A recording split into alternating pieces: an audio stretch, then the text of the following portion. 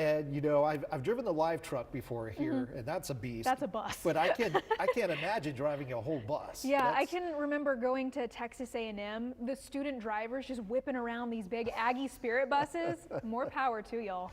You know, weather-wise, I thought today or yesterday was nice, but today was even better. Yeah, we had a couple of degrees get shaved off of the afternoon high for today, and the low humidity stayed in place. That is going to continue for the most part as we head throughout this week. We will see a tiny bit more humidity coming back into the coastal bend as we get towards next weekend. Here's a look outside right now. Both harbor bridges and the aquarium looking pretty nice. We've got temperatures in the upper 80s, and that's where we stay over the next hour or two before dipping into the 70s around the 9-10 o'clock hour. By tomorrow morning, we're back into the mid and upper 60s, a couple of 70s right at the immediate coast. We've got us getting to 67 in Corpus Christi. Overnight and through tomorrow afternoon, we're going to hang on to a couple of clouds floating around, but generally mostly sunny skies. It's going to still be really nice. We've got high temperatures in the low 90s again, and as we've been mentioning, that low humidity is going to stick with us. Now, I did mention the humidity going up a little bit towards next weekend. We can see that with those morning lows creeping back into the low 70s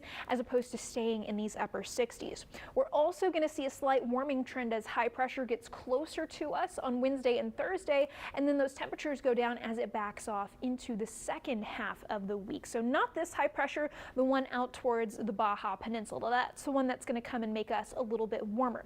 Now heading into Tuesday, we're going to see a very tiny rain chance as this area of low pressure moves over Texas, and lots of energy associated with it, but you'll notice a lot of dry air as well. So a very, very minimal rain chance for us here in South Texas. But as that low pressure hangs out over towards Louisiana for a couple of days, it's also going to pull a little bit of energy from the East Coast, from the stationary front over there, and from what's now Tropical Storm Imelda. A little bit of that energy and some of that moisture coming to hang out with this low pressure. And the closer this gets to us, the higher our rain chances will be. But for right now, where forecast models are placing this to our east keeps us on the dry side. You can imagine the dry air coming around the back of this low pressure. That will minimize our rain chances. So the closer this can get to us, if not, we'd love for it to go to our west and put us on the wetter side of this. That would increase our rain chances. But for now, heading into next weekend, just an isolated rain chance as that low pressure hangs out there.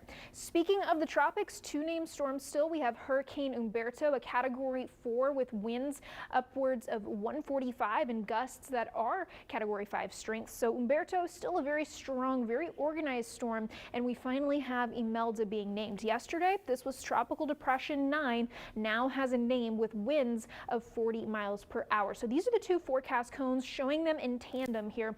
Imelda going to continue to move north over the Bahamas. You can see those tropical storm warnings here. The tropical storm watch was taken off for Florida that we saw yesterday. And as we head into Tuesday, it's going to curve away from the East Coast. This is because it's been moving a lot slower than previously forecast. So Umberto is going to be able to exert a better influence on it, and it's tugging it back out to sea. And from there, we have no concerns in terms of direct impacts here in Texas or on the entire East Coast. But what they will be seeing is some elevated rip current conditions. So we can see how that forecast track has changed over time with that influence of Umberto, and forecast models finally catching on to it, moving a little bit slower.